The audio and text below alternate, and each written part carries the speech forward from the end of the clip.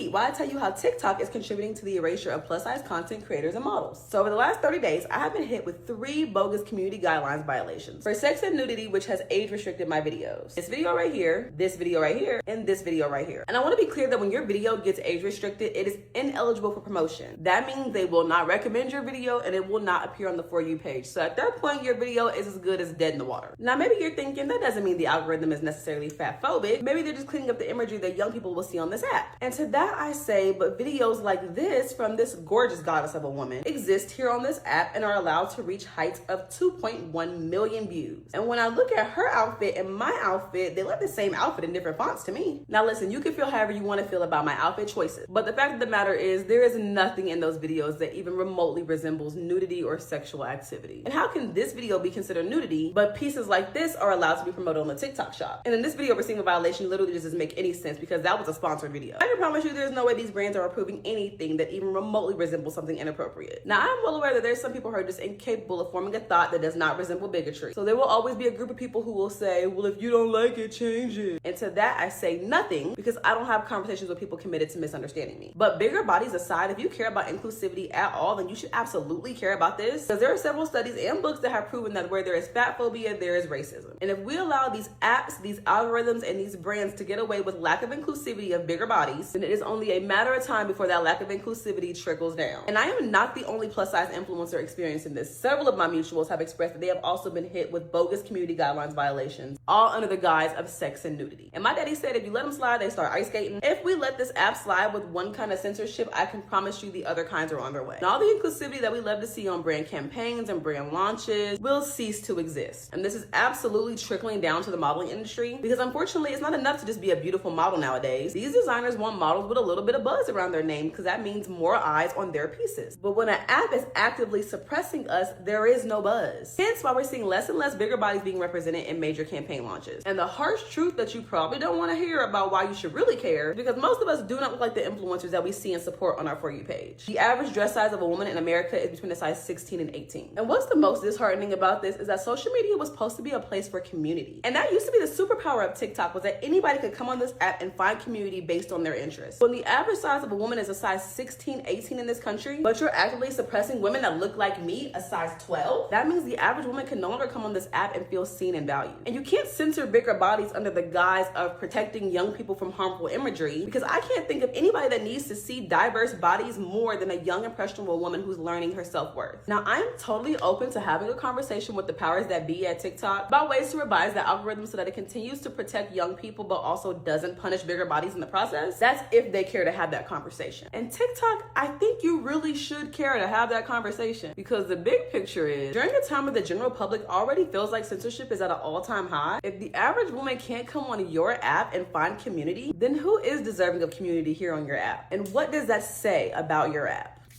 Food for thought. Love you, bye.